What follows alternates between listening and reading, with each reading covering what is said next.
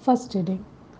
A reading from the first letter of St. Paul to the Thessalonians, chapter 2, verses 1 to 8. You know, brothers and sisters, that our visit to you was not without results. We had previously suffered and been treated outrageously in Philippi, as you know. But with the help of our God, we dared to tell you His gospel in the face of strong opposition. For the appeal we make does not spring from error or impure motives, nor are we trying to strike you. On the contrary, we speak as those approved by God to be entrusted with the gospel. We are not trying to please people, but God, who tests our hearts. You know, we never used flattery, nor did we put on a mask to cover up greed. God is our witness. We were not looking for praise from people, not from you or anyone else, even though, as apostles of Christ, we could have asserted our authority. Instead, we were like young children among you. Just as a nursing mother cares for her children, so we cared for you because we loved you so much. We were delighted to share with you not only the gospel of God, but our lives as well. This is the word of Lord. Thanks be to God. A reading from the Gospel according to St. Mark, chapter 6, verses 17 to 29.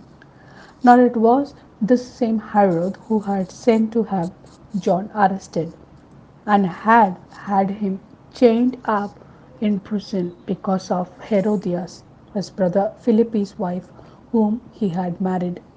For John had told Herod, "It is against the law for you to have your brother's wife."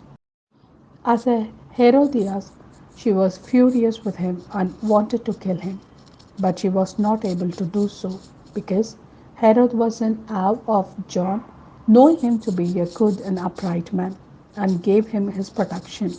When he had heard him speak, he was greatly perplexed, and yet he liked to listen to him.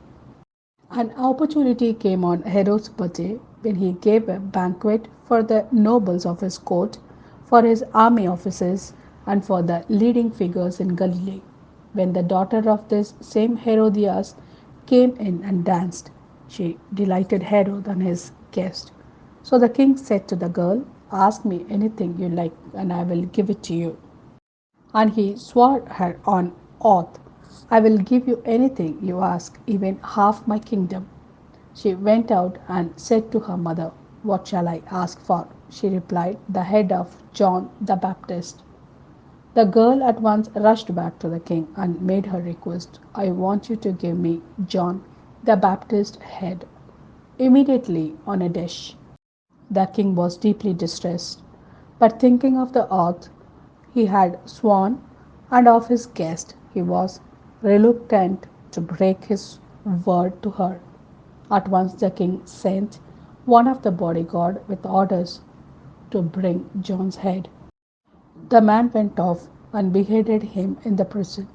Then he brought the head on a dish and gave it to the girl, and the girl gave it to her mother.